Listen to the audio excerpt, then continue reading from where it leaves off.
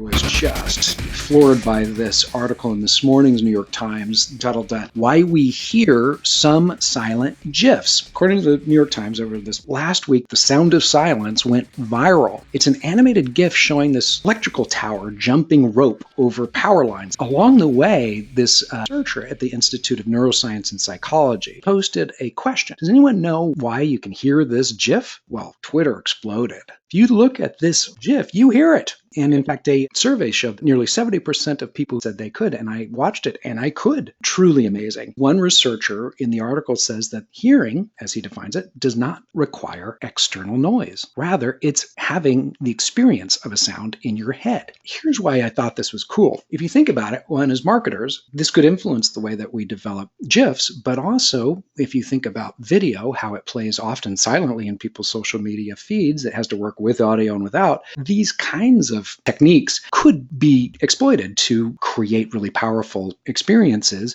without the quote-unquote sound that pulls people in because they have that visually evoked auditory response. That was pretty cool. I remember when I was a kid, I don't remember which class it was, and the teacher said, your assignment for tonight is to go home and while you're eating your dinner, plug your nose. And so try your food with your nose plugged and try your food with your nose not plugged and tell me if you see a difference, right? Or to taste a difference.